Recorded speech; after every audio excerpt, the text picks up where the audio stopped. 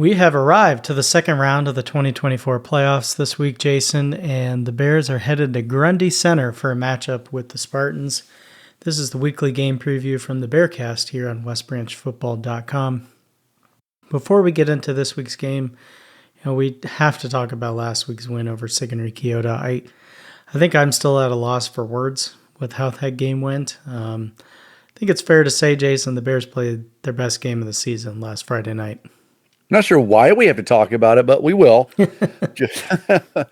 I would say that there's no doubt that West Branch played its best game, considering it's coming off, a Week 8 game in which it scored 6 points against a team that had 2 regular season wins on the road, and just I don't know if you can say they weren't jogging into the postseason whatsoever. They stumbled in, but everybody starts 0-0. And I think that was a mantra that was kind of something that was engraved into the minds of everybody's here. It has the same record. It doesn't matter what it said before this week. And West Branch finished 1-0 last week on a 41-33 thriller down in Sigourney. Yeah, and I think this was the first game we saw where the Bears just put everything together for all 4 quarters. The defense made some key stops, generated turnovers when they need to. They still allowed a lot of yardage because that's what you're going to do against Sigourney Kyoto. But I think they made the most of their opportunities to prevent the Cobras from scoring. And then on offense, I think Nolan Staker threw the ball phenomenally. 3 key turnovers, and all but one of them the Bears cashed in on. Although that third turnover, an interception, with about 6.5 minutes to go in the game, with the score at 41-33, Grundy Center driving, and Keaton Gates makes a wonderful play, wonderful defense in the left corner. I guess you could say it was the northwest corner, and intercepted just to run some clock off, if nothing else. And I think Nolan Staker sort of came into his own as a quarterback. Wondered who was the quarterback. You don't have to wonder anymore, because in a post-game interview, it's exactly what Coach John Nestor said, I said, Nolan Staker, the quarterback? He said, yeah, Nolan Staker is our quarterback. 4 passing touchdowns, 1 rushing touchdown. I would say that's one of the better quarterback performances West Branch has seen in a few years. Yeah. And I was really impressed. I mean, I've been impressed for most of the season so far, unfortunately, but it's just with the injuries and the number of guys that have just kind of stepped up playing different positions. I mean, heck, you have a freshman in Cooper Hart's coming in and making an impact immediately on the defensive side of the ball. It's just unreal what this team has been able to do to fight through these injuries. And then on the offensive side, too, to throw into that, Matt, 7 different guys played offensive line last week. Of those 7, only one of them, actually 2 of them, was a first-day starter for the West Branch Bears on the offensive line. So they are battling through it. Kids are growing from it, getting experience, and just getting better when you get into the game. It's easy almost to block against your teammates every day because you know what's coming. But when you have to get into a game and see guys you've never seen before, it may take away a couple plays to get your sea legs about you. And they did what they needed to do, and the Bears are moving on to play the Fighting Todd Zinkulas at Grundy Center. Yeah.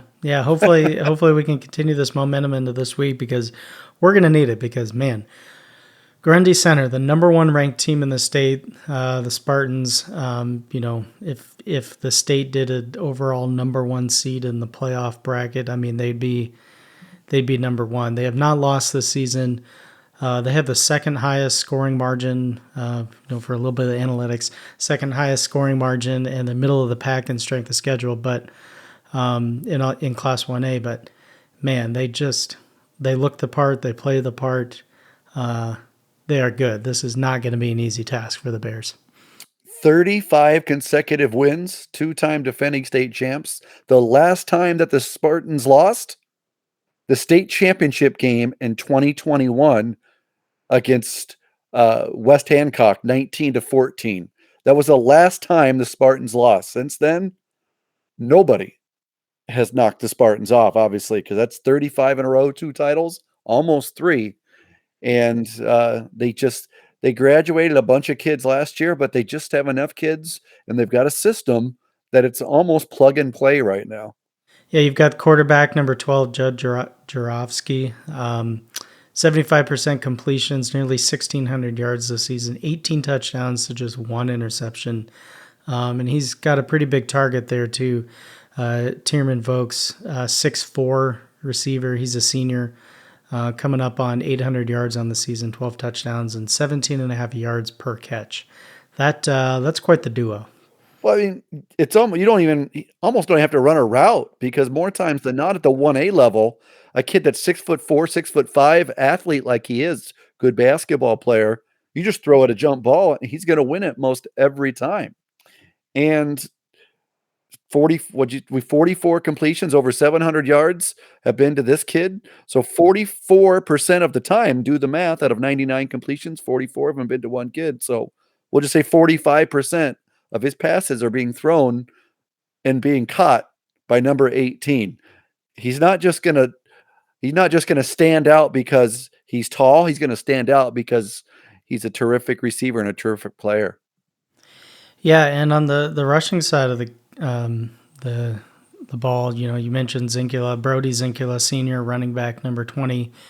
He's got over 500 rushing yards on the season and 9 touchdowns. So, they've got a ground game too and another running back, Pete Lebo, junior. Pete Lebo. Yeah, 338 rushing yards. So it's not like they're just chucking it across the field the whole time. They've got a good mix going on. Well, look around. It doesn't take very long to realize not just they're a good team, but statistically they're doing a lot of great things, Matt. If you go to Varsity Bound, here's your plug, Varsity Bound, and just look at and click in and go to individual leaders for Class 1A, looking at just 4 categories. Touchdowns combined, total touchdowns, Judd Jurovsky is number 3 in all of Class 1A with 30 touchdowns combined. Number 1 in receiving touchdowns with 12 receiving touchdowns, Tiernan Vokes. So these guys are not just doing things. You see it on the stats on their stat page. It's state leading. I mean, receiving yards, Tiernan Vokes is number 2 in the state. So, and there's a lot of these games, Matt, when you look at their scores, a lot of these kids probably didn't play much in the second half because they had such big leads that, they don't have to throw the football anymore. They just let the clock run. And it's a good football team. Yeah, and then, on the defensive side, Jurovsky has 6 interceptions too to go along with that. So he's creating opportunities for himself. We'll put it that way. That's tied for second, by the way, in the state. Mm-hmm. Number 1, West Branch fans knows one. Carson Costello from Dyke, New Hartford is number 1. Mm-hmm. He got one against the Bears. Yeah. So it's going to be a tough task. What are you going to be looking for from the Bears here in this game? Ball control. Absolutely, positively. I wouldn't say they have to play the best game, but they're going to have to play pretty darn close to it. Just going to have to be very, very concentrated on the mission at hand, which is can't make mistakes. Playoffs, it's cliche, but you can't turn the football over. And if the other team puts it on the ground, you got to try to find it. But try to sustain some drives, work the clock. And if you can just maintain some physicality up front, you can play with this football team. West Branch has the athletes on the outside, I think, to match up. But what's going to happen is why Grundy Center is so good is because, as we've mentioned, they really don't make many mistakes.